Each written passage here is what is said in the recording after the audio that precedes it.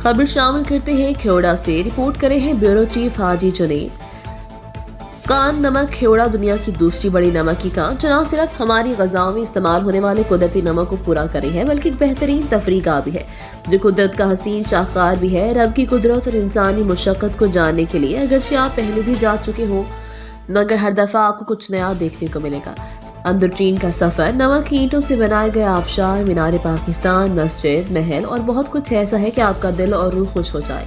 तो अगर आप एक बेहतरीन तफरीह चाहते हैं तो आराम से बरास्ता मोटरवे कलर कहार से पहले लीला इंटरचेंज से पिंडादन खान से होते हुए खेवड़ा नमक की कान तक पहुंच सकते हैं।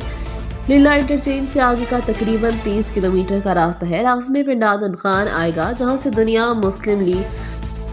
मुस्लिम की अजीम साइंसदान अल बैरूनी ने दुनिया की साख्त मालूम किया। आप 9 बजे तक पहुंच जाएं क्योंकि कान 9 बजे खुलती है तो उस वक्त रश कम होगा। आप कटास के अलावा फिर कलर कहार जा सकते हैं और यहाँ से आप 84 दिन शाहवाला पहाड़ी रास्ता बहुत ही कमाल का है। आप बुलंदी पर जाकर पिंडादन खान का पूरा शहर अपने नीचे देखेंगे। कुदरत के ज्यादा करीब रहना ही इंसानी परेशानियों का हल है।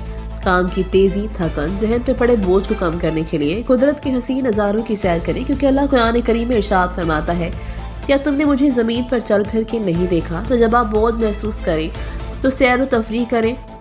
अगर कोई जगह आपकी पहुंच में नहीं तो अपने ही इलाके की सुबह की सैर को मामूल बना लें। कुदरत आपकी पहुंच तक ही आपको मिल जाएगी। मज़ीद खबरों के लिए देखते रहें रेड न्यूज़।